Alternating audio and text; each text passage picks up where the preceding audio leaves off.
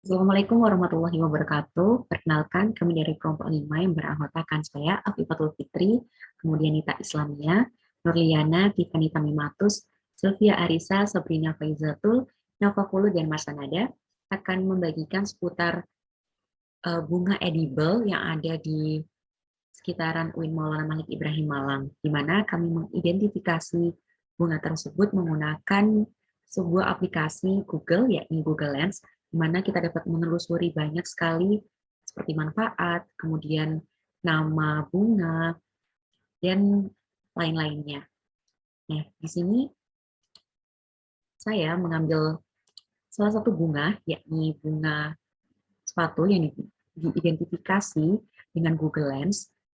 Nah, sebelumnya kita telusuri terlebih dahulu gambar ini merupakan apa. Nah, ternyata gambar ini merupakan bunga atau kembang sepatu.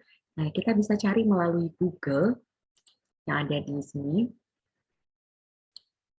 Kita dapat mencari dari Google. Nah, akan tersambung dari Google. Di Google ini kita mendapatkan berbagai macam informasi, mulai manfaat, kemudian nama latinnya, dan sebagainya. Seperti yang tertera pada Google Lens. Di mana Google Lens ini sangat membantu ya dalam mengidentifikasi jenis bunga yang belum diketahui. Kita dapat mengetahui, oh ternyata ini tuh bunga sepatu, seperti itu. Nah, kemudian setelah kita identifikasi, oh iya ternyata bunga tersebut merupakan bunga sepatu. Nah, kemudian kita cari manfaat dan sebagainya. Di sini saya akan menjelaskan sedikit tentang bunga atau kembang sepatu, di mana bunga sepatu ini merupakan sebuah tanaman semak suku Malvaceae yang berasal dari Asia Timur dan banyak ditanam sebagai tanaman hias, khususnya di daerah tropis dan subtropis ya. Nah, kembang sepatu ini memiliki ciri bunga yang sangat besar, kemudian umumnya berwarna merah dan tidak berbau. Sebenarnya untuk warna ini bermacam-macam ya, namun spesifikasinya dikenalnya pada warna merah ataupun merah muda seperti itu. Nah, bunga sepatu ini terdiri dari 5 helai daun kelopak yang dilindungi oleh kelopak tambahan, di mana sehingga akan terlihat 2 lapis kelopak bunga. Nah, mahkota bunga ini terdiri dari 5 lembar atau lebih jika merupakan hibrida. Nah, tangkai putih berbentuk silinder, panjang dikelilingi tangkai sari berbentuk oval yang bertaburan serbuk sari, di mana biji terdapat di dalam buah berbentuk kapsul berpilit kelima. Nah, kemudian kita bisa mencari nama lokal dari bunga sepatu, di mana nama lokal dari bunga sepatu ini biasanya disebut dengan kembang sepatu, di mana memiliki klasifikasi ilmiah, kingdomnya merupakan Plantae, definisi Magnoliophyta, kemudian kelasnya Magnoliopsida, ordonya Malvales, kemudian familinya Malvaceae, genusnya Hibiscus. Sesuai dengan yang tadi kita cari di Google Lens, terdapat kembang sepatu, kemudian terdapat hibiscus. Nah, ini ternyata benar. Spesiesnya merupakan Hibiscus rosaceaensis. Nah, kemudian kita dari Google Lens sendiri kita dapat mengeksplor apa sih manfaat-manfaat dari bunga sepatu. Nah, di antaranya khususnya di Indonesia ini, berdasarkan jurnal Sumara ini, bunga sepatu itu digunakan untuk pengobatan tradisional loh. Nah, di mana daun dan bunga sepatu ini memiliki khasiat sebagai antiseptik, di mana antiseptik ini untuk penyembuhan luka atau penyembuhan luka ya, di mana bunga sepatu ini akan mempercepat proses penyembuhan luka dan daun, bunga, dan akar, bahkan sampai akarnya, hibiscus ini mengandung flavonoida. Nah, di samping daunnya mengandung saponin, polifenol, bunganya juga mengandung polifenol, akarnya pun juga mengandung banyak sekali senyawa yakni tanin, saponin. Kemudian peranan flavonoida merupakan sebagai peredaran ke seluruh tubuh dan mencegah terjadinya penyumbatan pembuluh darah. Sebagai antiinflamasi dan sebagai anti nyeri atau analgesik, dan bunga sepatu ini umumnya digunakan sebagai pengobatan tradisional yang dilakukan dengan cara dilumatkan. Itu khususnya di Indonesia ya. Nah, untuk manfaat-manfaat bunga sepatu yang lain ada nih, menurunkan tekanan darah, di mana manfaat ini merupakan untuk menurunkan tekanan darah dan sudah dilakukan penelitian di mana melalui teh bunga sepatu ini dapat menurunkan tekanan darah sistolitik dan diastolitik. Nah, kemudian yang kedua, memelihara kesehatan hati. Nah, masih sama dengan yang menurunkan tekanan darah, diolah menjadi teh bunga sepatu, di mana hal ini diteliti dapat meningkatkan kesehatan hati dan membantu membuatnya bekerja secara efisien. Nah, kemudian ada ketiga untuk menurunkan berat badan.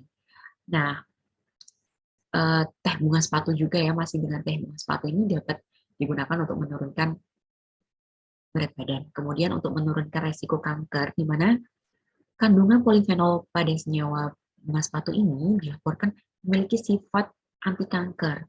Nah, selain itu, bunga sepatu ini memiliki sifat yang antioksidan yang sangat kuat ya, sehingga membantu bunga sepatu dapat mencegah pertumbuhan kanker. Nah, yang terakhir adalah sebagai indikator asam basa.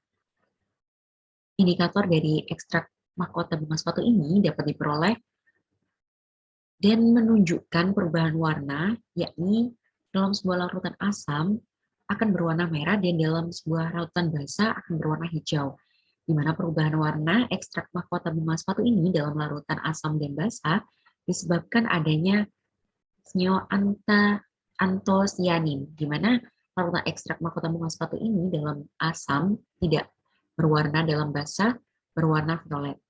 Nah, antosianin sendiri ini dalam strukturnya mengandung kation flavilium yang dapat menyebabkan perubahan warna karena terjadinya perubahan bentuk struktur yang disebabkan oleh pengaruh pH. Nah, ini terdapat dari penelitian Banget dan Nuryanti. Nah, dalam penelitian Nuryanti ini dalam bunga sepatu, dalam kondisi titrasi dan titik ekuivalen ini, warna akhir dari titrasi dan pH titrat ini akan menunjukkan warna merah sampai hijau dan pH titratnya 5,8 sampai 9,55, khususnya ini menjadi basah. Nah, kemudian dalam HCl ini basah kuat dan asam kuat, dia menunjukkan hijau sampai merah. pH titratnya 9,6 sampai 4,85. Kemudian di sini basa lemah dan asam kuat, dia akan menunjukkan warna hijau sampai merah, nah pH titrat 4,29 sampai 3,9. Nah, kemudian dalam asam lemah dan basa kuat ini akan terjadi kenaikan pH pada titik akhir titrasi, di mana titik ekuivalen ini tercapai di antara rentang pH yang disebutkan tadi ya. Nah, kemudian dalam basa kuat dan asam kuat ini juga terjadi penurunan pH pada titik akhir titrasi, di mana titik ekuivalen juga tercapai pada rentang pH tersebut. Nah, kemudian ini juga terjadi penurunan pH pada titik akhir titrasi sama dengan pH tersebut. Nah, tentunya Allah Subhanahu wa Ta'ala menciptakan seluruh yang ada di bumi ini tanpa pengecualian. Jadi pasti memiliki manfaat. Nah, bunga sepatu sendiri memiliki manfaat yang sangat banyak, tentunya bagi kesehatan maupun dunia pembelajaran, yakni indikator asam basa. Kurang lebihnya mohon maaf. Harapan saya dengan adanya video ini, kita dapat belajar dan mengeksplor apa saja perkembangan yang ada di Indonesia mengenai penelitian bunga sepatu, dan apakah bunga sepatu ini terdapat manfaat, banyak sekali manfaatnya. Nah, apabila ada salah kata, kurang lebihnya mohon maaf. Wabillahi taufiq wal hidayah. Wassalamualaikum warahmatullahi wabarakatuh.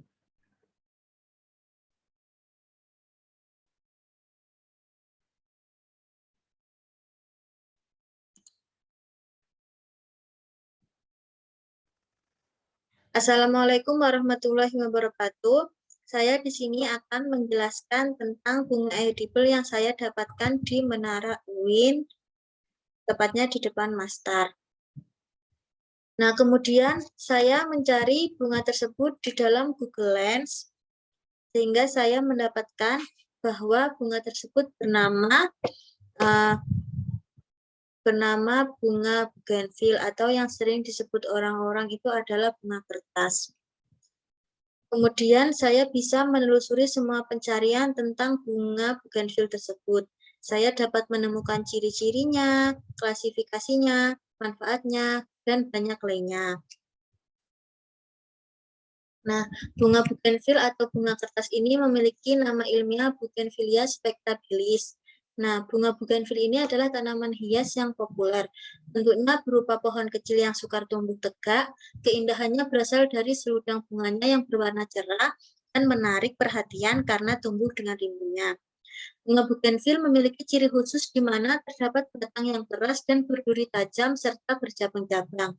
Biasanya batang bunga bougainville ini memiliki tinggi kurang lebih 5 hingga 15 meter, memiliki bentuk daun yang bulat, dan ada juga yang berbentuk elips dengan ujung daun yang runcing dengan sisi yang sama.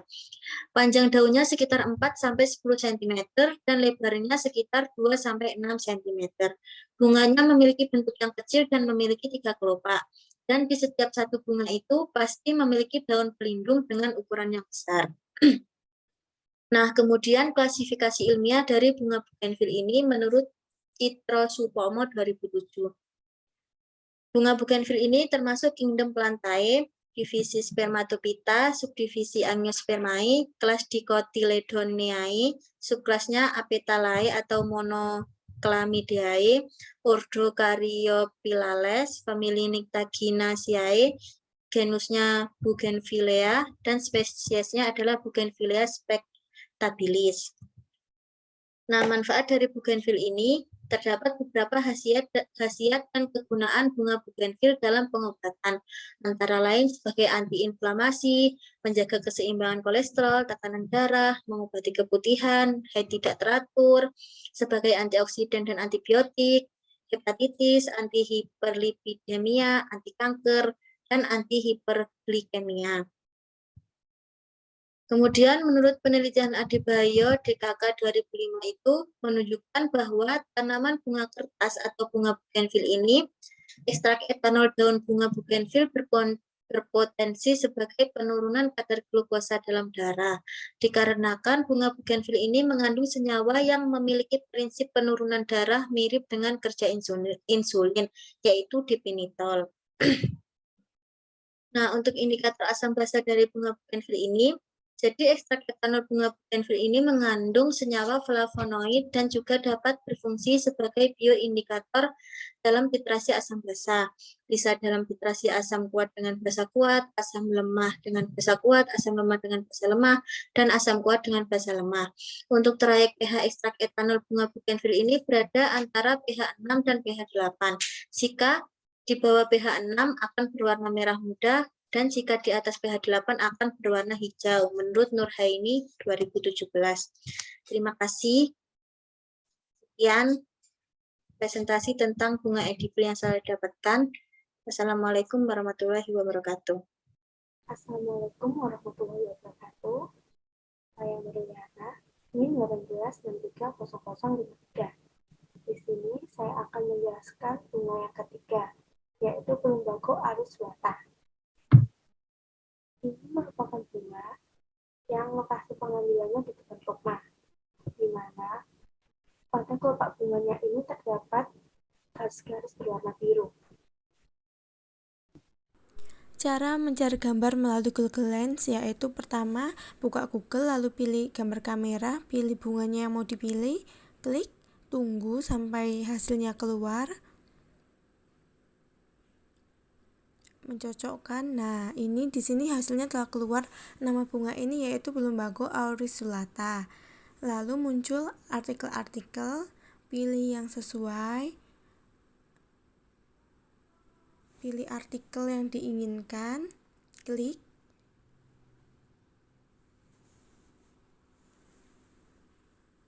Lalu muncul tentang bunga Plumbago auriculatta ini.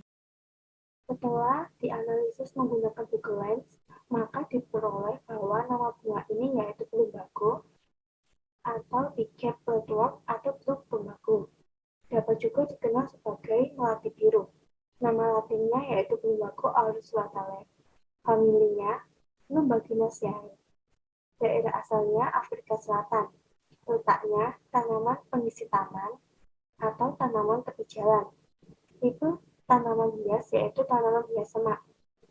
Propagasi perbanyakannya yaitu dengan stek atau biji. Untuk media tanamnya menggunakan tanah kebun, dan perlakuan khususnya ini pemangkasan dan pemupukan. Nah, Plumbago aurus lata ini merupakan spesies tumbuhan berbunga dalam keluarga Plumbagiaceae asli Afrika Selatan. Nama Plumbago sendiri berasal dari lumbung, yang berarti timah. Hal ini mengacu di mana bunga ini digunakan sebagai obat yang seharusnya untuk keracunan timbal.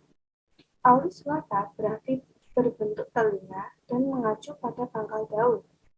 Plumbago aurus lata dikenal sebagai P. satensis, yang merupakan nama yang diberikan oleh ahli botani Thunberg pada tahun 1794. Namun, tanaman tersebut telah diberi nama aurus lata oleh Lamarck pada tahun 1786 di tempat yang dikenal sebagai Hindia Timur.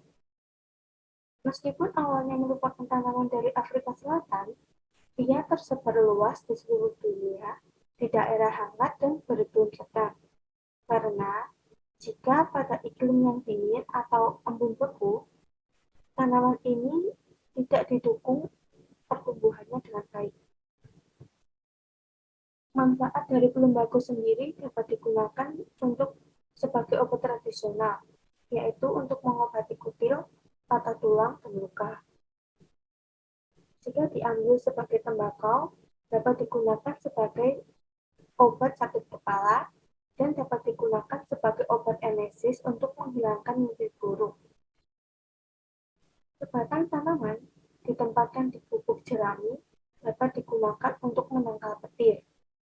Manfaat tanaman, banyak metabolit sekunder yang telah ditemukan dan diisolasi dari Plumbago aurus lata, seperti plumbagin dan asam paulitan. Ini untuk referensi video kali ini. Terima kasih.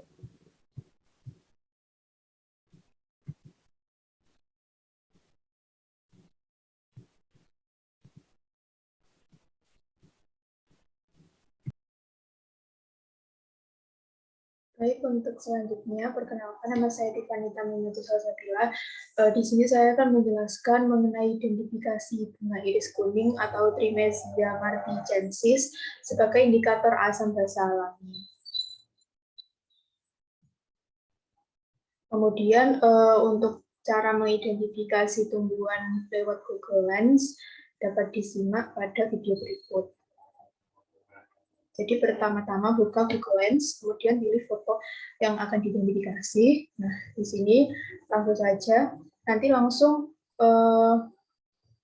terlihat nama latinnya, yaitu Trimesia, dengan genus Iridaceae.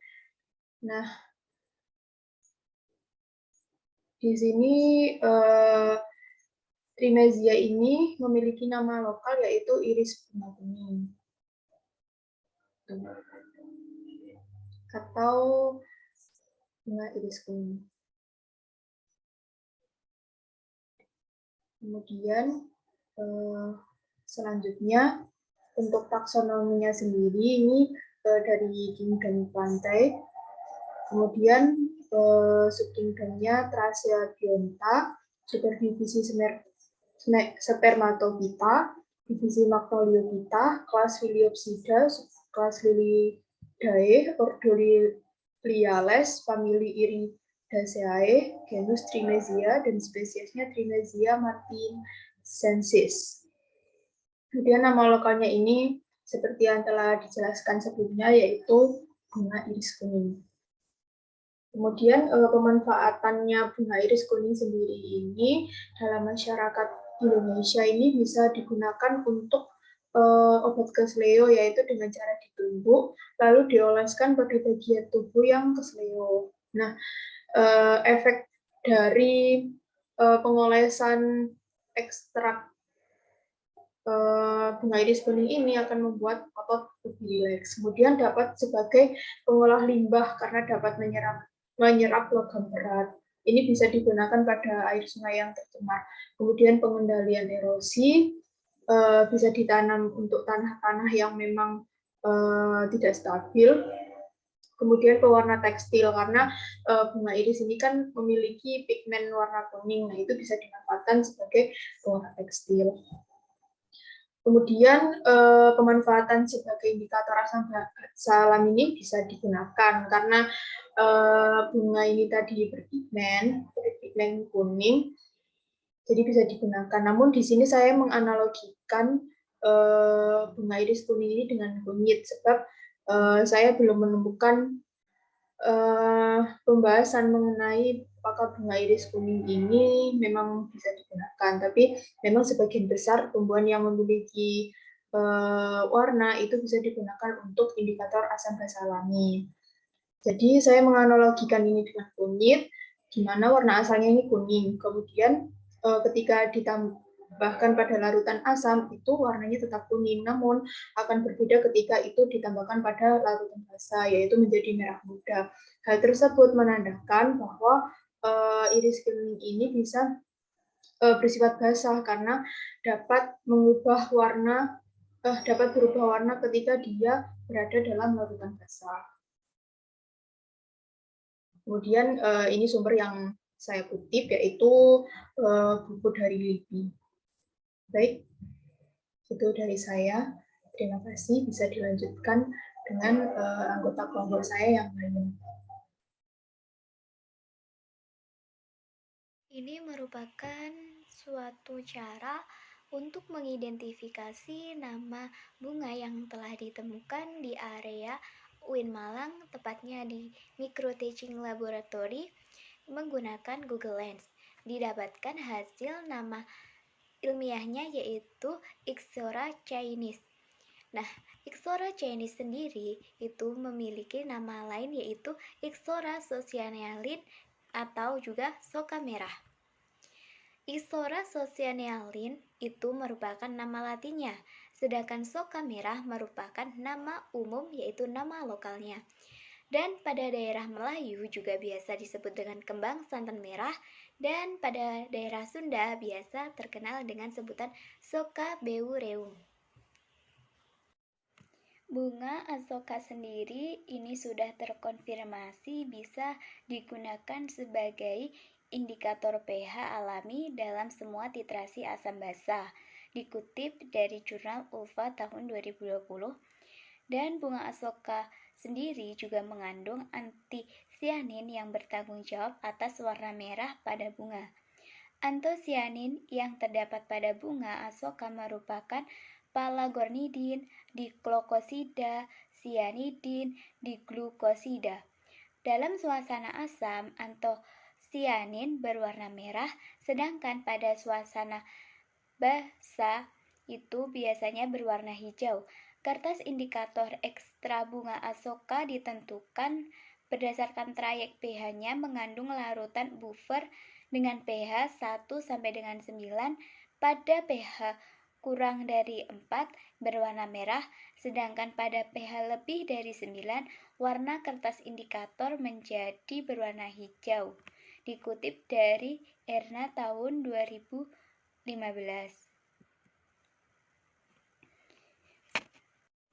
Selanjutnya kita membahas terkait manfaat dari bunga asoka merah. Dikutip dari jurnal Porrima tahun 2014 bahwa bunga asoka merah ini bisa dijadikan sebagai obat selain bisa dijadikan sebagai tanaman hias dan indikator pH alami. Tanaman asoka merah ini juga dapat dikonsumsi dan dimanfaatkan sebagai bahan obat untuk beberapa penyakit seperti dengan disentri, keputihan, dismonerea, hepatitis dan bronkitis, katarak, sedangkan kulit batang dan akarnya berkhasiat sebagai obat luka.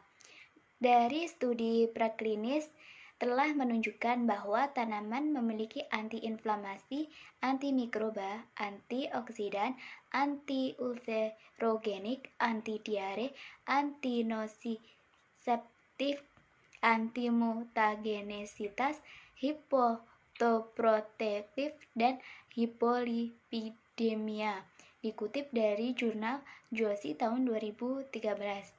Telah dilakukan penelitian yang mengungkapkan bahwa ekstrak metanol dari bunga soka merah ini memiliki kandungan flavonoid, saponin, tanin, alkaloid, dan steroid. Senyawa-senyawa tersebut dapat berfungsi sebagai antibakteri. Bunga asoka merah dapat digunakan sebagai antibakteri dari gram positif dan bakteri gram negatif, dikutip dari jurnal Saha tahun 2018.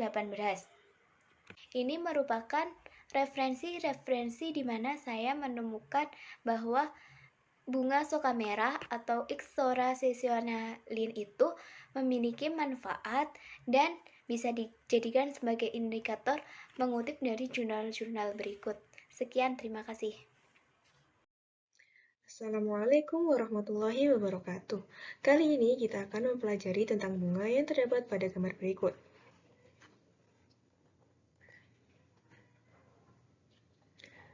Setelah dilakukan pencarian menggunakan Google Lens, diketahui bahwa nama dari bunga tersebut adalah Pseuderanthemum reticulatum.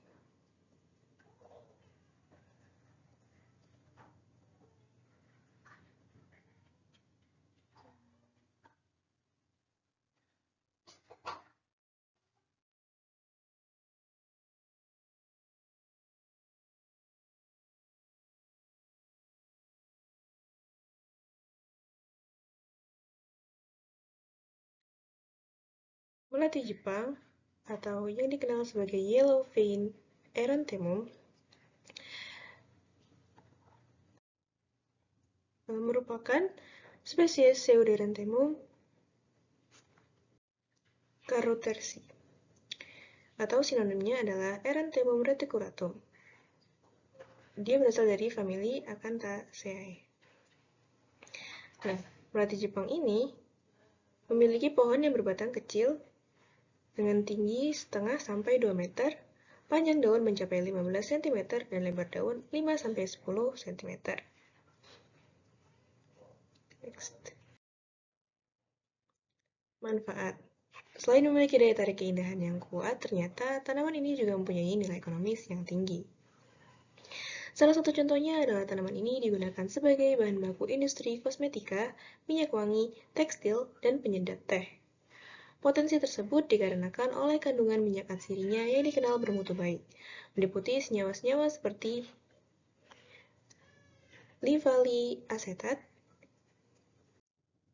indol, dan benzil. Selain itu, bunga melati juga bermanfaat dalam terapi-terapi kesehatan, antara lain untuk mengobati penyakit sesak napas, sakit kepala, demam, dan stres.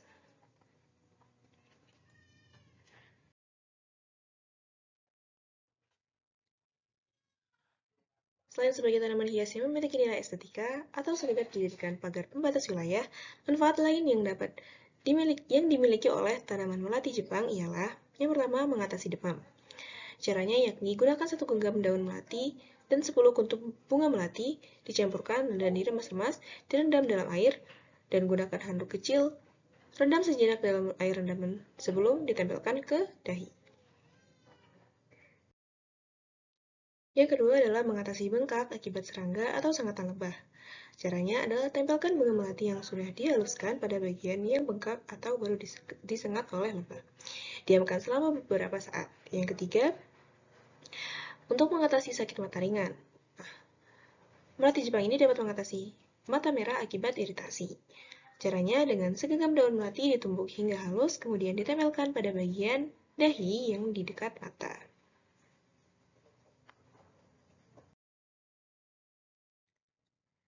Yang keempat adalah sebagai obat sariawan.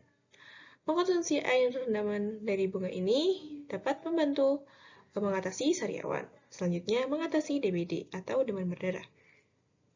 Caranya dengan merebus 7 lembar daun melati dan 1,25 gram belimbing dalam 250 ml air, direbus hingga airnya tinggal 1 gelas saja, didinginkan, disaring, dan diminum 8 gelas sehari selama 3 hari berturut-turut. Yang keenam adalah memberikan efek relaksasi. Caranya dengan merebus bunganya lalu ditambahkan pada bak mandi dan efek relaksasi akan didapatkan saat mandi. Yang ketujuh adalah mengatasi kulit terbakar akibat matahari. Caranya, campurkan lotion dengan bunga melati dan oleskan pada kulit yang terbakar akibat paparan sinar matahari.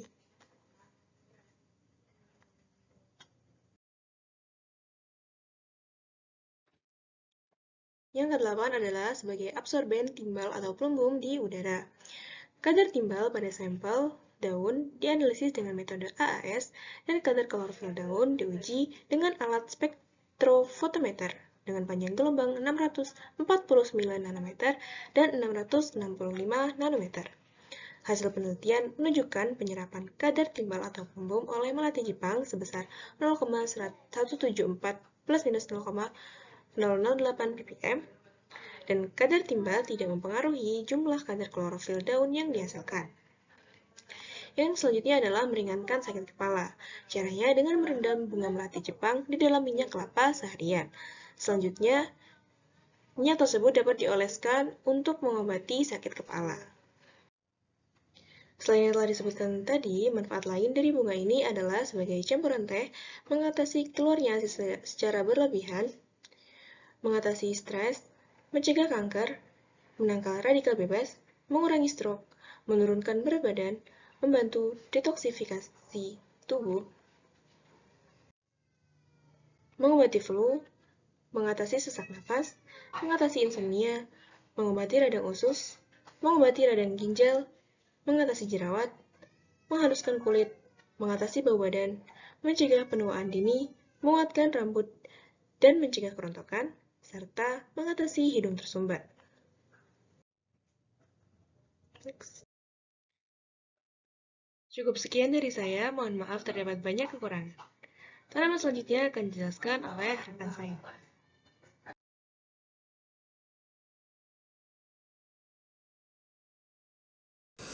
Saya Nafakul Zuleha. Di sini saya akan menjelaskan tentang bunga Taiwan Beauty.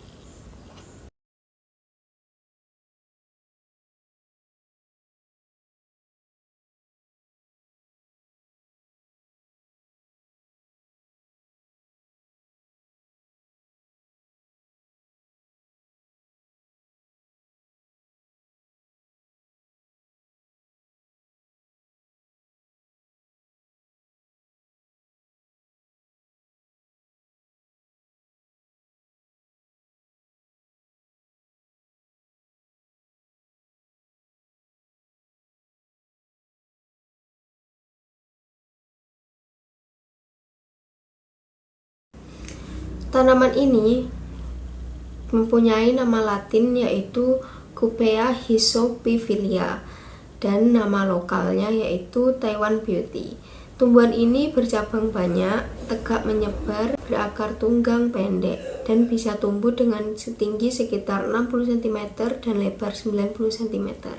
Tanaman ini memiliki bunga yang berwarna ungu lavender atau putih dan berdaun halus.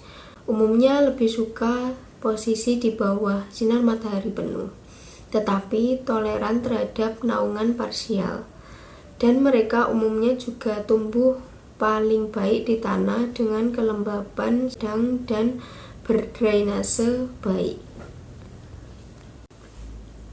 Manfaat dan cara penggunaan dari bunga Taiwan Beauty yaitu yang pertama untuk menutup tanah dengan cara penanamannya langsung di permukaan tanah dalam jumlah yang banyak, dan baik juga dipadukan dengan rumput agar terlihat menarik. Dan yang kedua yaitu sebagai tanaman hias. Tanaman ini mampu beradaptasi dengan tanaman-tanaman lain dan tidak mudah terserang hama dan menjadikan koleksi tanaman hias. Indikator asam basa. Syarat bahan sebagai indikator asam basa yaitu yang pertama berwarna. Sebagai indikator, haruslah memiliki warna yang mudah dilihat dan mudah dibedakan. Dan yang kedua yaitu mudah diekstrak. Bahan haruslah mudah diekstrak sarinya. Bahan-bahan yang digunakan sebagai indikator akan diperas atau dipotong-potong dan diambil sarinya, sehingga pemilihan bahan sangat penting untuk memilih bahan yang mudah diolah. Dan yang ketiga yaitu mudah didapatkan. Indikator termasuk ke dalam bahan-bahan yang dapat ditemukan di lingkungan sekitar kita. Jadi tidak perlu menggunakan bahan-bahan atau tanaman yang langka dan dilindungi. Jika dilihat dari syarat bahan sebagai indikator asam basa, maka bunga Taiwan Beauty dapat dijadikan sebagai indikator asam dan basa.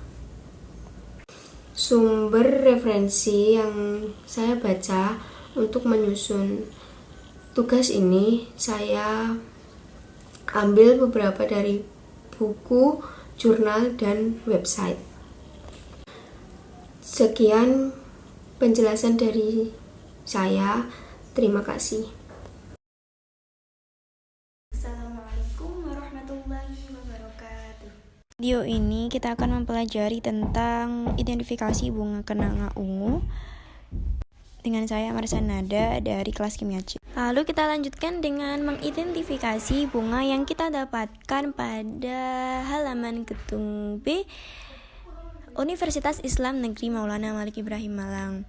Setelah kita mendapatkan bunganya, kita akan mengidentifikasinya menggunakan aplikasi yang bernama Google Lens.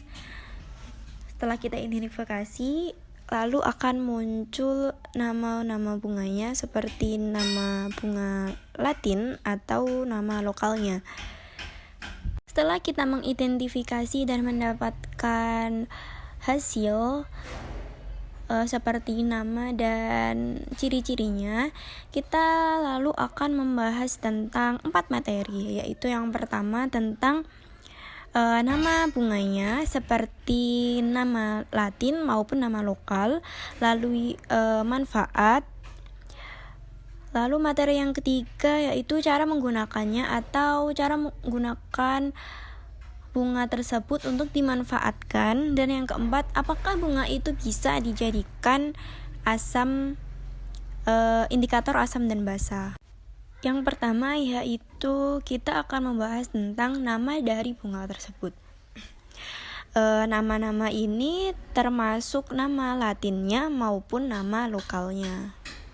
Bunga ini memiliki nama Latin yaitu Ruellia tuberosa, atau dalam nama lokalnya bisa kita sebut dengan daun kencana ungu, atau dalam bahasa Jawanya bisa kita sebut dengan bunga pletean. Bunga ini memiliki definisi yaitu tanaman semak yang berwarna biru atau ungu yang memiliki biji kering yang dapat meletus jika terkena air. Kencana ungu adalah spesies dari tumbuhan berbunga yang termasuk ke dalam keluarga Acanthaceae, berasal dari Amerika Tengah, tetapi kini sudah tersebar di seluruh dunia, terutama daerah beriklim tropis dan juga di Asia Tenggara. Lalu yang kedua, kita lanjutkan dengan manfaat dari bunga ini. Bunga ini memiliki beberapa manfaat terutama di bidang kesehatan, yaitu yang pertama bisa mengobati diabetes mellitus, dan yang kedua bisa mengobati kencing batu dan mengobati antilipidermia. Lalu yang keempat bisa digunakan sebagai antioksidan dan anti diabetes, dan masih banyak lainnya. Jadi bunga ini memiliki beberapa manfaat, walaupun dia termasuk bunga liar, tetapi manfaatnya begitu banyak dan terbukti ampuh, karena pada beberapa daerah bunga tersebut telah dipasarkan dan digunakan sebagai obat-obatan kesehatan. Seperti yang telah saya jelaskan sebelumnya, bahwa bunga ini pada beberapa daerah telah digunakan sebagai obat-obatan dan juga telah dipasarkan. Pada contohnya, ini pada daerah Nganjuk mereka menggunakan daun ini untuk mengobati diabetes. Yang ketiga yaitu how to use, atau yang berarti gimana cara kita menggunakan daun tersebut agar bisa bermanfaat dan digunakan sebagai obat-obatan kesehatan. Kita bisa menggunakan daun tersebut dengan cara memasaknya. Nah, di sini saya akan memaparkan gimana cara memasak daun kencana ungu. Yang pertama yaitu setelah kita mempunyai daunnya, kita harus mencucinya dulu agar bakteri dan kotoran yang menempel pada bunganya itu bisa terangkat dan memastikan daun tersebut bersih. Setelah kita cuci, kita langsung merebusnya dengan 250 ml air atau secukupnya aja. Setelah kita masak, kita dinginkan agar minuman tersebut bisa kita minum. Lalu pada pembahasan yang keempat, kita akan meneliti apakah daun kencana ungu bisa kita jadikan sebagai indikator asam dan basah. Daun kencana ungu itu bisa dijadikan sebagai indikator asam dan basah karena memiliki pigmen warna atau antosianin. Kalimat ini adalah sebuah pemikiran dari peneliti yang bernama Manoj pada tahun 2014. Ini adalah sumber-sumber yang saya ambil untuk bahan dari materi video ini. Sekian dari kami, semoga apa yang kami sampaikan bisa bermanfaat untuk kalian dan see you next time.